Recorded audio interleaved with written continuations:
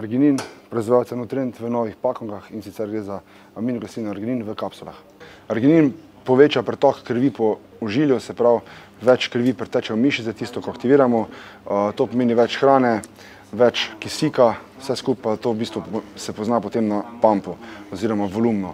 Se pravi, nitrik oksid, se pravi dušikov oksid v krvi poveča arginin.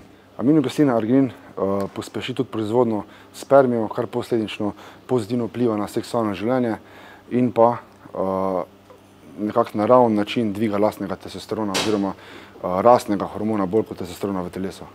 Arginin priporočam vsem fitnesarjem, bodybuilderjem in pa nekako ljudje starejši, nad 40 let recimo, zelo občutijo pozitivno delovanje te aminokisline.